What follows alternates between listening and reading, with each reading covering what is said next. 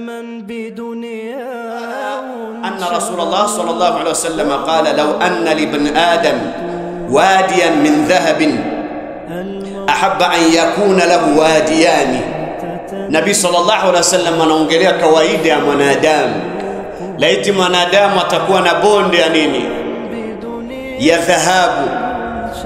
Atatarajia kuwa na nini? Na shimo mbili kadhalika za dhahabu. Una mtu anakuwa na parcele moja, anaanza tafuta na ngapi? Ya pili. Anapata gari moja, anaanza tafuta ngapi? Sasa leo ndio ukipata iPhone 10 unaweza tafuta wapi? 13. Ukipata 13, 14.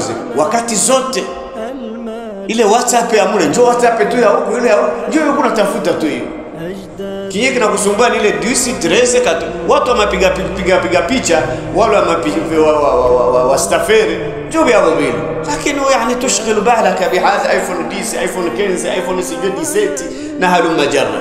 Hiyo yote ni kucheza tu na akili yako. Kwa ndo kawaida ya mwanadamu. Law ana libn adam wadiyan min dhahabin ahabba an yakuna lahu wadiyan. Akapata dhahabu, bondi ya dhahabu au shimo la dhahabu, atatafuta kuwe na shimo ya pili ya dhahabu. Na haruma jarra, naenda natafuta akthirishe dunia. Kisha anasema Nabii alayhi salatu wassalam, walan yamla afahu illa turab. Na hato jaza kinywa chake isipokuwa nini?